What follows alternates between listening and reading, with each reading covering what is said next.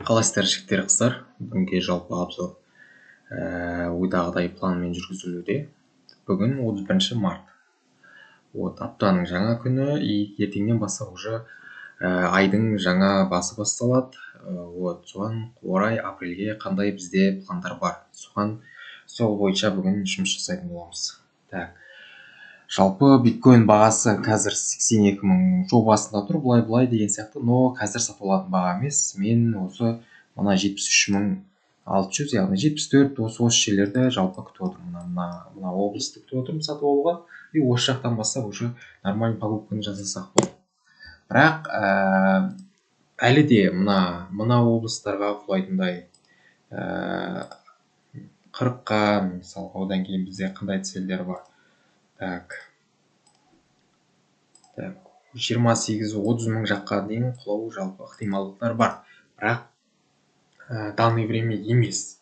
Яғни қазіргі алдағы уақытта, мысалы апрель-майға осы 73 пен 64 арасын мен жалпы күтетін боламын осы жақтан сатып алуға. И потом барып осы жақтан бастап мына 90 мыңға дейін цель осы жақтар болады. Пока ешқандай өзгеріссіз алдынан бері қалай пландап келе жатыр, солай болып келе жатыр. Бірақ бізде мына жерде қарап отырсаңыздар, алдыңғы обзорларда айтқанбыз, мына облыстан фиксировать етеміз деп. Чуть жетпей қалды, мына 89.191-ге сәл 90-91-ді күткенмін негізі осы жобаны, бірақ 89 мың, яғни почти 90 мыңға жақындады, бірақ енді жақсы бағадан фиксировать ете алмады. Примерно мына жерлерден сата салдық деген сияқты сондай іс-әрекеттер жасадық. Енді алдағы үлкен пландарға осы 73 мың мен 64 мың арасын күтетін боламыз. Первый цель бізде 74 мыңнан сатып аламын. Одан кейін дальше көре береміз. Ең жақын цель 90-93 мың арасы болып қала береді. Потом енді дальше қалай болады, не дегендер бар. Потом мысалға мына жақта дальше қалай қозғалады, если дальше мына жақта бізде накопление жиналатын болса, бізде цель жоғары қарай кете береді. 113, одан кейін мына жақта 130 деген сияқты. Сондай. Одан кейін мына жақта дұрыс накопление жиналмайтын болса, біз онда қайтадан төмен қарай қайда кетеміз? 40 мың жаққа жалпы құлап кететін боламыз осы жаққа қарай. Цель сондай. Жалпы биткоинға байланысты осы. Одан кейін S&P 500-қа көшейік. S&P 500-та жалпы мәз емес, бірақ біздің оймен пока жақсы келе жатыр. Мен S&P 500-та мына жерде қарасаңыздар 5100-ді пландап отырмын жалпы. 5100 минималды осы жерлерге дейін бару керек, бірақ осы жерден біз қайтадан жоғары қарай накопление жинайтын болса, бізде цель ол кезде ашылады. 6700 деген сияқты. Егер де мына жақта накопление болмайтын болса, мына жерде былай кететіндей жобасы бар қазір. Қайттан мына жаққа бәрібір түсіп, мына жерде дұрыс накопление жиналмаса, егер былайынан түсіп кетіп, былай болатын болса, онда бізде цель мына жаққа кететін болады.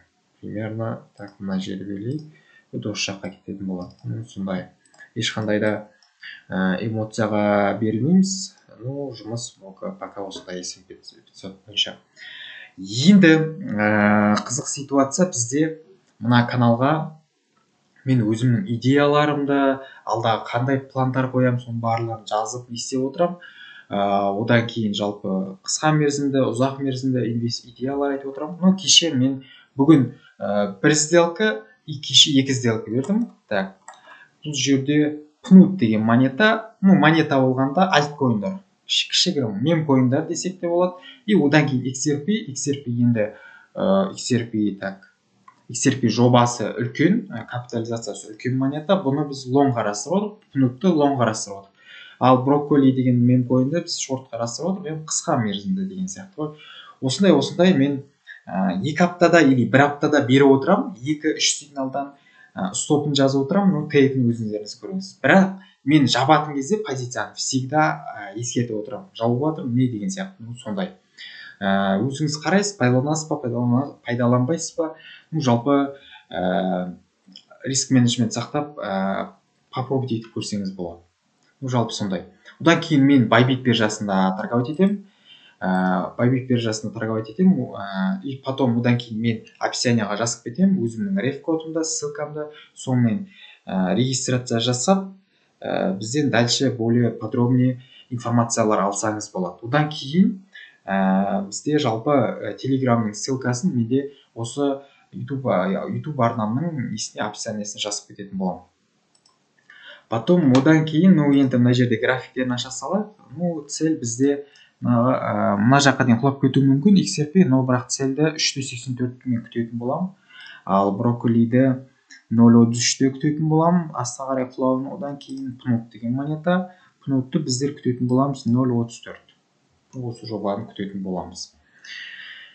Так, одан кейін біздер алдында тон монетасын айтып жүргенбіз. Тон монетасы өзім жалпы сатып алдым. Пока тұрады. Мен бұны енді мына 19 ценасын күтетін боламын. Бұл бірақ спотқа. Ешқандай да фьючерс емес. Мына XRP, брокколи, пнот монеталарын біздер фьючерске алып жүріп отырдық. Ал мына тон монетасы тек спотқа алынған жағдайда айтып кеттім. Жалпы осы бүгінге барлықтарыңызға профит пен шығуларыңызға тілектеспін. Пока-пока.